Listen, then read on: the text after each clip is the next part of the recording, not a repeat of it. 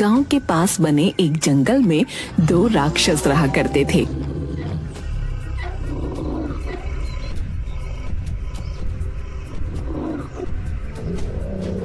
उन्हें जब भूख लगती गांव वालों का शिकार करते और उन्हें मार पीट कर खा लेते, जिसके कारण गांव के लकड़हारे उनसे बहुत डरते थे। एक बार अनजाने में उन्होंने इंसानी वेश में नागराज कुमार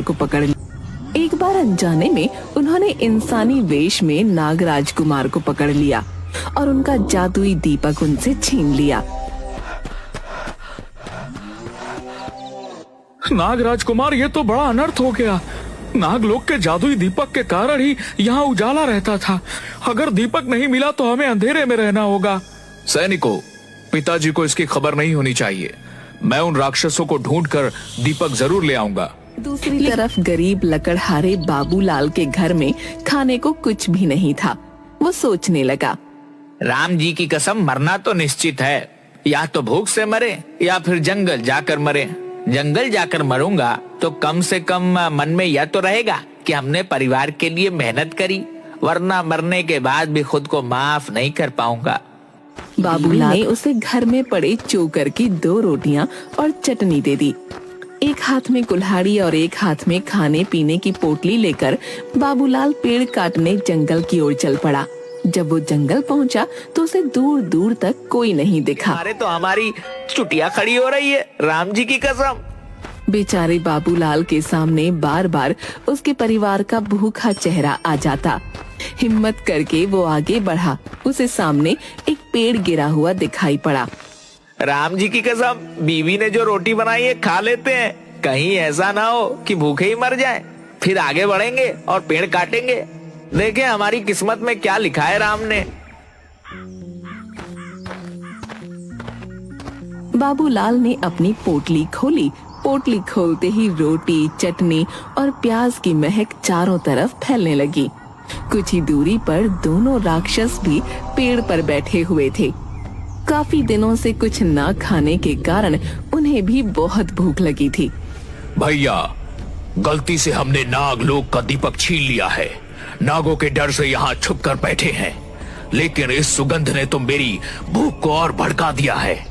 अरे भैया, लगता है कोई मानव खाना खा रहा है। मुझे तो मानव के मांस की भी सुगंध आ रही है। चलते हैं और देख कर आते हैं कि किसकी इतनी हिम्मत है जो जंगल में हमारा खाना बनने आया। वह देखो भैया, वह मानव जाति का जानवर पेड़ के नीचे कुछ खा रहा है। कौन हो तुम? तुम्हें डर नहीं लगता? यहाँ पर बैठकर क्या खा रहे हो? आज तो तू गया बाबूलाल। अजी, आपने भी क्या पूछ लिया? मैं गरीब क्या खाऊंगा? सूखी रोटी और चटनी, यही तो हमारी किस्मत है। राक्षसों ने मानव गोश्त के सिवा कभी कुछ नहीं खाया था। ये नई चीजों को देखकर उनके मुंह में पानी आ गया। उन्होंने बाबूलाल से कहा, बाबूलाल भाई, क्या तुम अपनी रोटी हमें दोगे? राम जी की कसम, भगवान झूठ ना बुलाए। हाथी के जैसा तो शरीर है आपका। भला इन छोटी छोटी 2 रोटियों से आपका क्या होगा? अरे भैया, अगर यह रोटी तुम हमें दे दोगे तो हम तुम्हारी जान भी बख्श देंगे और तुम आराम से लकड़ी काट कर अपने गांव वापस चले जाना। हे भगवान, क्या मुंह दिखाऊंगा गांव में जाकर? वैसे भी मेरे घर में तो बिल्कुल अंधेरा होगा और भूखे मर जाएंगे सब लोग। तो फिर कोई दिया जलाने वाला भी नहीं होगा। अरे वाह, क्यों ना नागलोक का दीपक हम इस मानव को दे दे। अगर दीपक इसके पास रहेगा तो खतरा भी इसी को होगा और हमारी मुसीबत टल जाएगी। और इसके बदले में इसका खाना ले लेते हैं। इस मूर्ख को क्या पता कि यह अपनी मौत ले जा रहा है। तुम्हारे घर में कभी अंधेरा नहीं होगा। मैं तुम्हें यह जादू का दीपक भी दे दूंगा। यह तुम्हारे घर में कभी अंधेरा नहीं होने देगा। बाबूलाल ने मन ही मन सोचा, इन्हें मना करने का मतलब है मौत। राम जी की कसम, अपनी कटी हुई लकड़ियां और जादुई दीपक ही लेकर घर चलता हूँ, इसी में खैर है। दीपक और लकड़ियां उठाकर वो घर पहुंचा।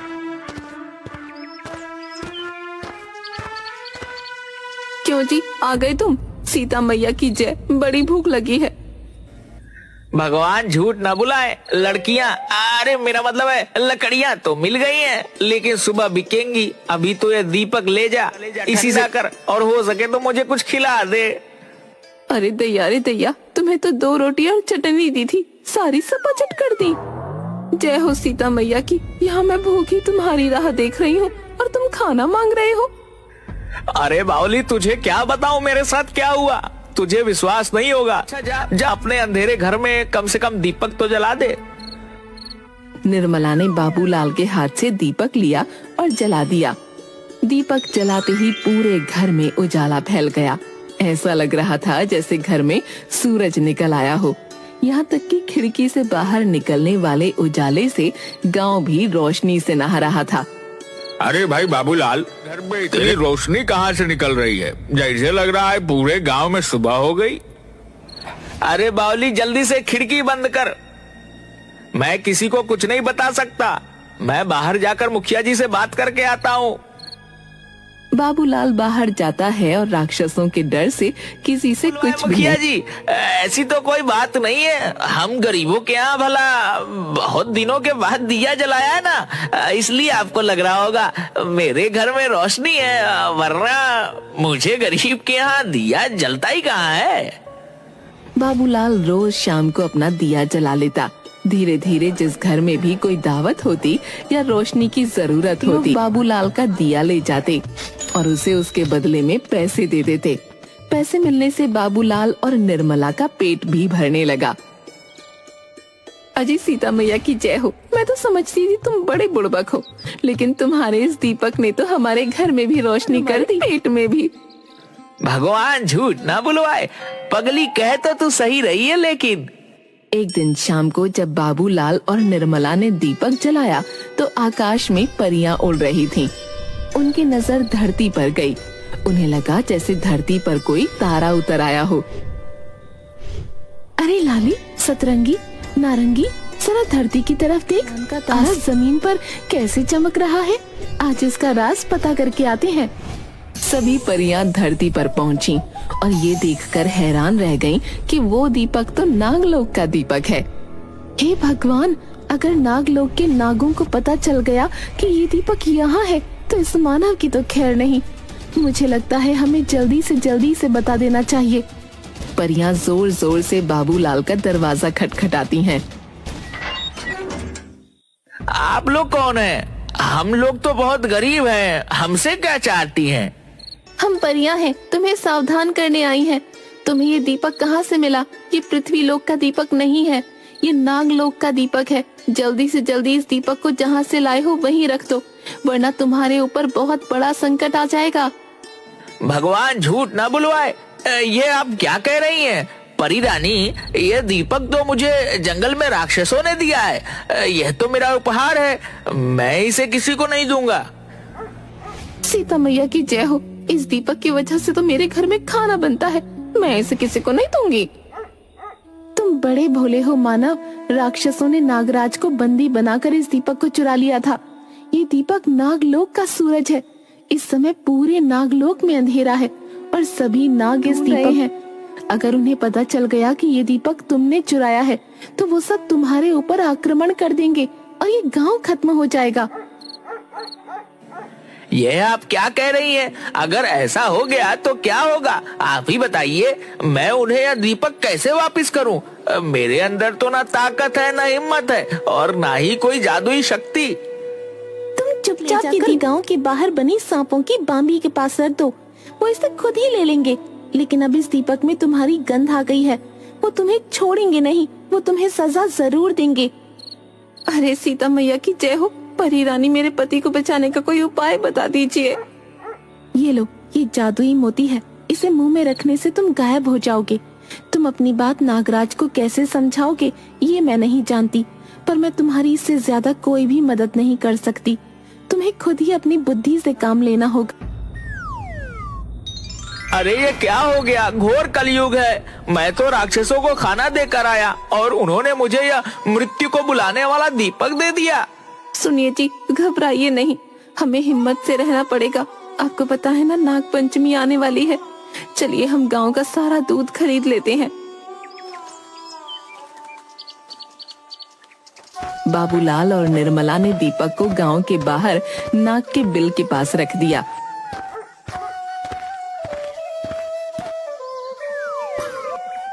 और गांव का सारा दूध खरीदकर घर के अंदर छुप गए। कुछ ही देर में दीपक नागलोक के सांपों को मिल गया।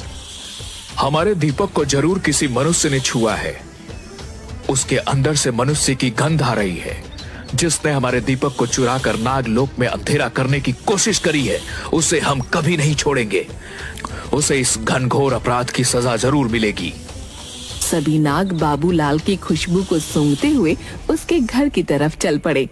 दूर से ही सांपों की आवाज आने लगी। सभी गांव वालों, आप सभी एक एक कटोरा दूध मेरे घर के चारों तरफ रख दीजिए और सभी अपने अपने घरों के दरवाजे बंद करके अंदर छुप जाएं जब तक मैं ना कहूं कोई बाहर नहीं आए। गांव पर एक भयानक संकट आया है, लेकिन मैं आप सबको इस संकट से बचा लूंगा। सभी गांव वाले बाबूलाल के घर के चारों तरफ दूध ही दूध रख देते हैं।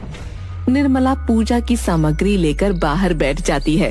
जैसे ही सांप घर की तरफ आते हैं, वो कुमकुम, रोली, चंदन से उनका टीका करने लगती है और दूध का प्रसाद देती है। हम जानते हैं तुम हमारे अपराधी की पत्नी हो और उसे बचाना चाहती हो। देखो बेटी, हम तुम्हें कुछ भी नहीं करेंगे, बस तुम हमारे अपराधी को हमारे हवाले कर दो। निर्मला घर के अंदर जाकर दरवाजा बंद कर लेती है। इंसानों की पत्नियां इतनी आसानी से अपने पति को हमारे हवाले नहीं कर सकती। सैनिकों, आप सभी अपने फन से इस दरवाजे को तोड़ दीजिए। नागराज के हुक्म से सभी नाग अपने फनों को बाबूलाल के दरवाजे पर मारने लगते हैं और उनके बाबूलाल का दरवाजा नीला पड़ जाता है। तभी बाबूलाल मुंह में परी का दिया हुआ मोती रखकर अदृश्य हो जाता है और बाहर निकलता है। नागराज आपकी जय हो। आप अपनी पूरी सेवा के साथ हमारे घर में आए हैं। मैं तो धन्य हो गया कि मुझ जैसे साधारण इंसान को आपके दर्शन हुए। मानो तुमने हमारे दीपक को छूकर बहुत बड़ा अपराध किया है। तुम्हें इसका दंड जरूर मिलेगा। महाराज, मैं गरीब और कमजोर लकड़हारा हूँ, लकड़िया पेट पालता हूँ। भला मुझ में इतनी हिम्मत कहाँ कि आपका दीपक चुरा सकूं। मैं तो लकड़ियाँ काटने जंगल में गया था 2 राक्षसों के पास। मैंने यह दीपक रखा हुआ देखा। ये सच कह रहा है महाराज। 2 राक्षसों से ही इसने दीपक छीना था।